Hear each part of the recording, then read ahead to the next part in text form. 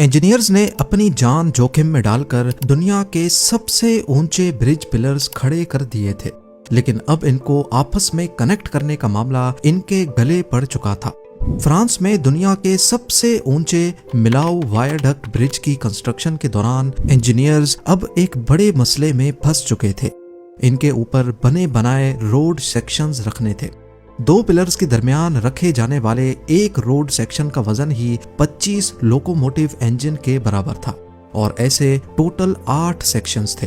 दुनिया में ऐसी कोई क्रेन ही नहीं थी जो 5000 टन वजन को 800 फीट की ऊंचाई तक पहुंचा सके। दो पिलर्स के ऊपर क्रेन लगाकर अगर रोड सेक्शन को खींचा गया तो पिलर्स ऊंचे होने की वजह से अंदर की तरफ आसानी से कोलैप्स हो जाएंगे। जितना ऊंचा पिलर होगा उसका टॉप उतना ही कमजोर होगा। ये मसला कंस्ट्रक्शन टीम के लिए किसी डरावने ख्वाब से कम नहीं था। इस मसले को लेकर मिलाऊ वायरडक्ट की कंस्ट्रक्शन में डिले आ रहा था और हर गुजरते दिन कंस्ट्रक्शन कंपनी को $30,000 का फाइन लग रहा था। ज़ेम टीवी की वीडियोस में एक बार फिर से खुशामदीद। नाजरीन, फ्रांस में मौजूद मिलाऊ वायरडक्ट दुनिया का ऊंचा तरीन ब्रिज है, जिसको 2004 में 394 मिलियन यूरोस की लागत से तैयार किया गया था। ये जमीन से 1125 फीट की ऊंचाई पर खड़ा इंजीनियरिंग की दुनिया का एक अजूबा है। आईफिल टावर से भी 45 फुट ऊंचा ये ब्रिज इतनी ऊंचाई पर है कि अक्सर ये बादलों पर तैरता हुआ दिखता है। इंजीनियरिंग कंपनी जिसने इस ब्रिज को बनाने की हिम्मत दिखाई थी, वो असल में ये प्रोजेक्ट लेकर फंस चुके थे। फ्रांस की इन वादियों में लैंडस्लाइड्स और 130 किलोमीटर पर आवर की तूफानी हवाएं इनके काम को मुश्किल से नामुमकिन की तरफ धकेल रही थी। इतना ऊंचा 4 लेन हाईवे ना इससे पहले कभी बनाया गया था, ना आज तक किसी ने बनाने की हिम्मत की है, क्योंकि सब जानते हैं कि मिलाऊ वायरडक्ट ने इंजीनियरिंग की लिमिट्स को सिर्फ क्रॉस ही नहीं बल्कि झंझोड़ कर रख दिया था। दूसरी तरफ इस ब्रिज को बनाना फ्रेंच गवर्नमेंट की मजबूरी बन चुकी थी। 1980s में फ्रेंच गवर्नमेंट फ्रांस से स्पेन जाने वाले टूरिस्ट से बहुत परेशान थी। खास तौर पर हॉलिडे सीजन में ये ट्रैफिक तमाम शहरों से होकर गुजरता था और हर शहर की सड़कें जैम करता हुआ जाता था, खास तौर पर यहाँ की सिटी मिलाऊ को। ये सिटी 1500 फीट की गहराई में पहाड़ों के बीच में मौजूद है।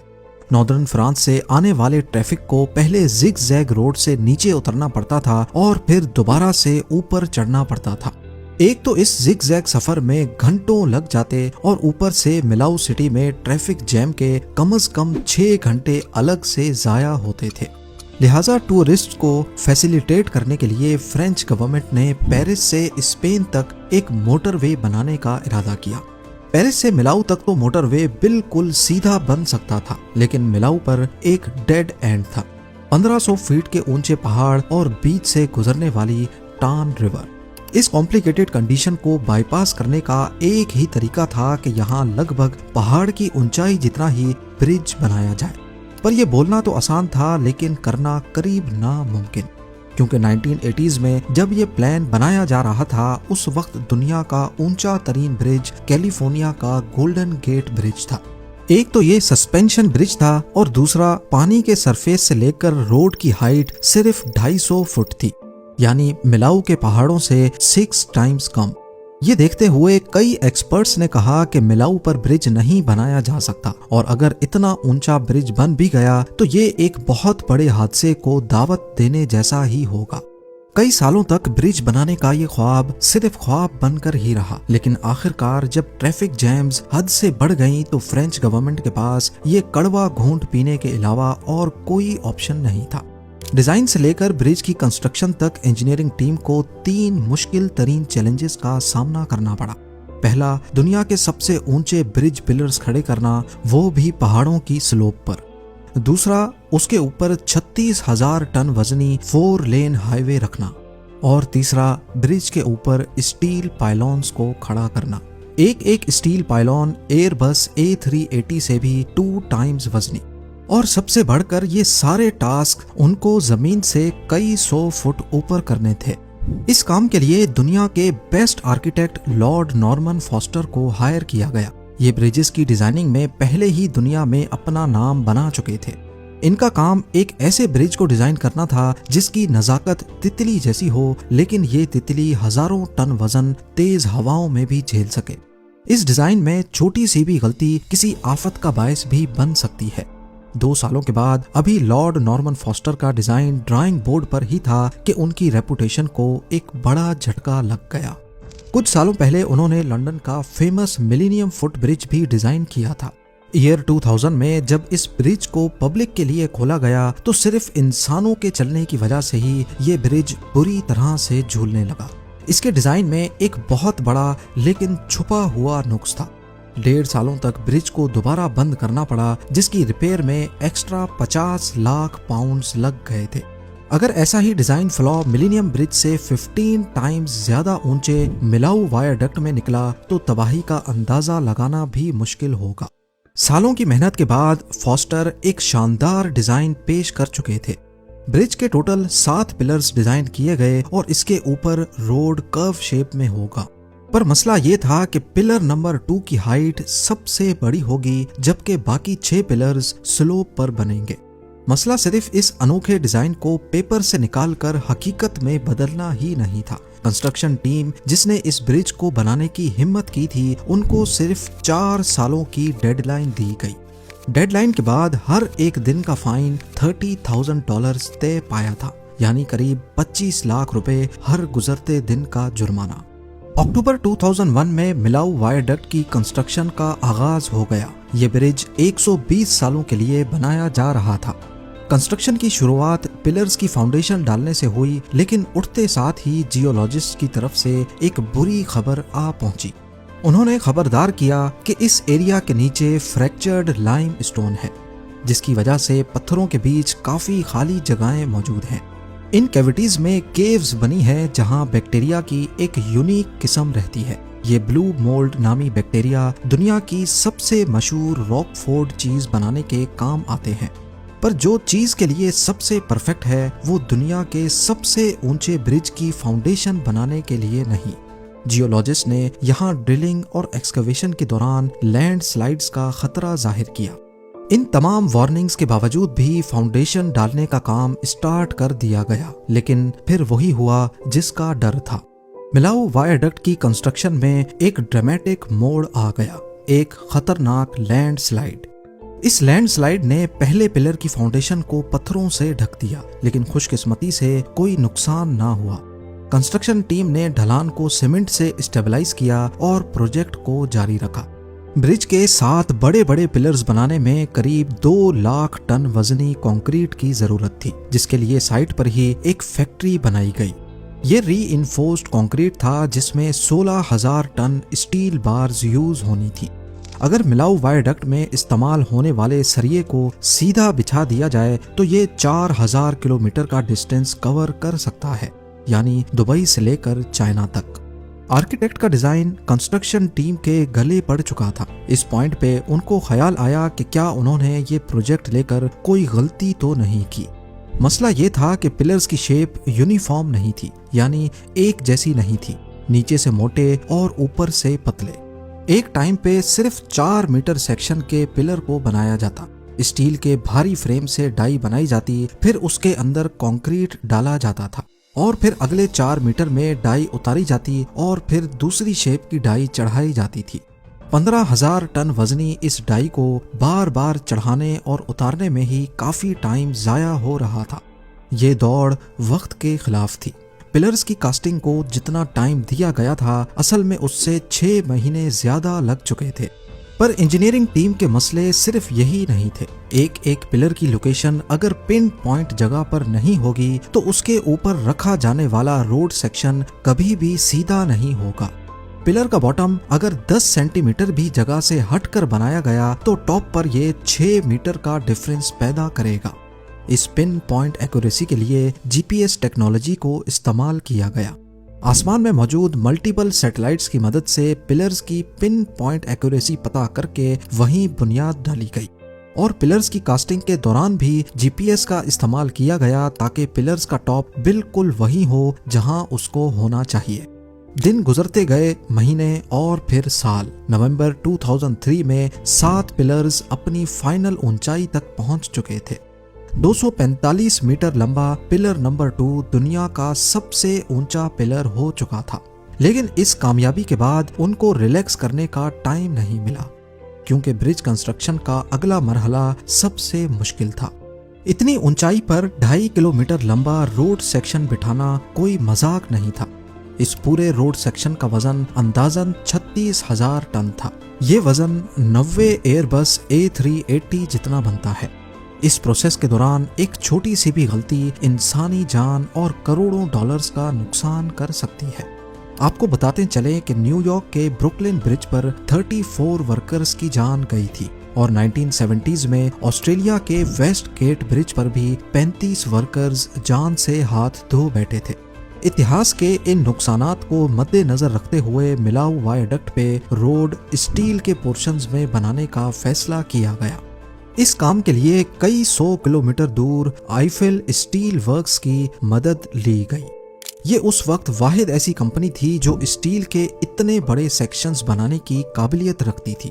रोड के लिए 2200 स्टील के 2 कामत सेक्शंस बनाए गए, वो भी अलग अलग डिजाइन्स के। एक एक सेक्शन का वजन 90 टन था और इनको इतनी एक्यूरेसी से बनाया गया कि एक बाल जितना भी डिफरेंस ना आने पाए। कटिंग और वेल्डिंग का काम तो मुश्किल था ही, लेकिन अब चैलेंज इनको कई 100 किलोमीटर दूर कंस्ट्रक्शन साइट तक पहुंचाने का था। रूट्स प्लान किए गए, पुलिस को ऑन बोर्ड लिया गया और कॉन्वॉय की सूरत में एक एक करके रोड सेक्शंस रवाना किए गए। इन तमाम स्टील सेक्शंस को बाहिफाजत कंस्ट्रक्शन साइट तक पहुंचाने में टोटल 2000 से ज्यादा कॉन्वॉयज लगे थे। प्लान ये था कि इन तमाम स्टील सेक्शंस को वेल्ड करके इनको पिलर्स के ऊपर स्लाइड करवा कर आगे धकेला जाएगा, जैसा कि नॉर्मल ब्रिजेस की कंस्ट्रक्शन में होता है। लेकिन मिलाऊ वायडक्ट किसी भी तरह से नॉर्मल नहीं था। करीब 250 मीटर ऊंचे पिलर्स के दरमियान 342 मीटर्स का फासला है। अगर 5 टन वजनी सेक्शन को स्लाइड करवाया गया तो जब तक वो एक पिलर से दूसरे पिलर तक पहुंचेगा, उसके बीच में ही सपोर्ट ना होने की वजह से पूरा सेक्शन नीचे भी गिर सकता है। अगर नीचे ना भी गिरे तो इतने ऊंचे पिलर्स पर रोड सेक्शंस को स्लाइड करवाने से पिलर्स एक एक करके गिरते चले जाएंगे। ये मसला कंस्ट्रक्शन टीम के गले पड़ चुका था। इस किस्म के ब्रिजेस को बनाने के लिए कोई नया तरीका इन्वेंट करने की जरूरत थी। यहाँ पर कंस्ट्रक्शन टीम के एक सीनियर इंजीनियर को आइडिया आया। उन्होंने डेमोन्स्ट्रेशन करके दिखाई कि अगर एक कमजोर पाए वाली टेबल के ऊपर भारी बॉक्स रखा जाए और उसको जमीन से खड़े होकर धक्का दिया जाए तो पूरी टेबल साथ ही मूव करेगी। लेकिन अगर बॉक्स को टेबल के ऊपर चढ़कर पुश किया जाए तो फिर टेबल को कोई फर्क नहीं पड़ेगा। फिजिक्स के इसी कानून की मदद लेते हुए ये फैसला किया गया कि मिलाऊ वायडक्ट के पिलर्स के ऊपर एक ऐसा सिस्टम लगाया जाए जो रोड सेक्शन को उठाकर आगे पुश करे। इससे पहाड़ की तरफ से लगाया जाने वाला जोर डायरेक्ट पिलर्स पर नहीं पड़ेगा। इस काम के लिए पिलर्स के दरमियान 170 मीटर के फासले पर टेम्परेरी स्टील स्ट्रक्चर्स भी खड़े किए गए, जो कि रोड सेक्शन के आधे वजन को बर्दाश्त करेंगे। ये नया सिस्टम एक तरह का प्रोटोटाइप था और उसको टेस्ट करने का भी टाइम नहीं था। दुनिया के सबसे ऊंचे ब्रिज का फ्यूचर सिर्फ एक प्रोटोटाइप पे लटका हुआ था। 26 फरवरी 2003 का दिन कंस्ट्रक्शन टीम के लिए बहुत इंपॉर्टेंट था। आज के दिन इनकी सालों की मेहनत को एक ही दिन में टेस्ट किया जाना था। पिलर्स और रोड सेक्शन की मजबूती और पिलर्स के ऊपर लगाया गया हाइड्रोलिक रैंप सिस्टम। इस नए सिस्टम के तमाम रैंप्स को एक ही साथ एक ही स्पीड से रोड सेक्शन को उठाकर आगे पुश करना था। अगर इनकी सिंक्रोनाइजेशन में थोड़ा सा भी फर्क आ गया तो सारा वजन किसी एक पिलर पर पड़ेगा और इससे पूरा ब्रिज कोलैप्स भी हो सकता है। खुशकिस्मती से हाइड्रोलिक रैंप सिस्टम काम कर गया और पूरे 2 दिन लगाकर सिर्फ 200 मीटर के रोड सेक्शन को पिलर नंबर 1 तक पहुंचा दिया गया। ये सारा काम मौसम देखकर किया जा रहा था। सिर्फ उन 3 दिनों को सेलेक्ट किया जाता जिसमें तेज हवाएं चलने का कोई चांस नहीं था। इसकी वजह सिंपल है, तेज हवाएं ब्रिजेस को आसानी से गिरा सकती हैं, खास तौर पर जब रोड सेक्शन की एक साइड हवा में बगैर सपोर्ट के लटक रही हो। 1940 में वॉशिंगटन स्टेट में टकोमा नैरोज सस्पेंशन ब्रिज के पिलर्स हवा को रोक रहे थे और उसके नतीजे में पूरा ब्रिज बुरी तरह से झूलने लगा। अपनी लॉन्च के कुछ दिनों के बाद पूरा ब्रिज टूटकर पानी में गिर गया। दिन गुजरते गए, रोड सेक्शन को पिलर्स के ऊपर रखने का काम जोरों शोरों से चल रहा था। मई 2004 तक दोनों साइडों से रोड सेक्शन बिछाए जा चुके थे। अब बचा था सिर्फ रिवर के ऊपर वाला पार्ट। अगर ये आखिरी सेक्शन ठीक से नहीं बैठा तो सारी मेहनत जैसे जीरो से मल्टीप्लाई हो जाएगी। इस सेक्शन में रोड कर्व भी हो रहा है, इसी वजह से इसका पिन पॉइंट जगह पर बैठना बहुत जरूरी है। इस मोमेंट को पूरा फ्रांस लाइव ब्रॉडकास्ट पे देख रहा था, जबकि फ्रेंच प्राइम मिनिस्टर खुद मौके पर मौजूद थे। हाइड्रोलिक रैंप का आखिरी बार बटन दबाया गया। 4 सालों में पहली बार नॉर्थ और साउथ सेक्शन के रोड्स आपस में मिल चुके थे, वो भी 99.9% एक्यूरेसी से। रोड कनेक्ट होने के बाद एक्स्ट्रा सपोर्ट के लिए 90 मीटर ऊंचे स्टील पाइलॉन्स को भी लगाना था। एक पाइलॉन 700 टन वजनी और ऐसे 7 पाइलॉन्स थे। इतनी ऊंचाई पर इतने भारी पाइलॉन्स को लगाना दुनिया में पहली बार अटेम्प्ट किया जा रहा था। मिलाऊ वायाडक्ट के सिर्फ रोड का टोटल वजन 40,000 टन है। इसके बाद इसके ऊपर डांबर का रोड बिछाया गया, जिसने 10,000 टन की एडिशन करके रोड का टोटल वेट 50,000 टन कर दिया। अंदाजे के लिए आपको बताते चलें कि ये वजन 1200 बैटल टैंक्स के वजन के बराबर बनता है, या फिर एक बड़ी क्रूज शिप जितना। इसकी मजबूती चेक करने के लिए एक साथ इसके ऊपर से 28 ट्रक्स गुजारी गई। हैरानी की बात यह थी कि रोड सेक्शन जिसको 50 सेंटीमीटर तक झूलने के लिए डिजाइन किया गया था, वो इन तमाम ट्रक्स के वजन से सिर्फ 25 सेंटीमीटर तक झूला था।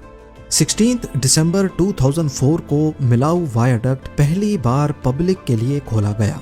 ये इंजीनियरिंग टीम की दिन रात खून पसीने की मेहनत का ही नतीजा था, जिन्होंने न सिर्फ कामयाबी से दुनिया के सबसे ऊंचे ब्रिज की कंस्ट्रक्शन की, बल्कि वक्त से पहले काम खत्म करके एक नया रिकॉर्ड बना लिया।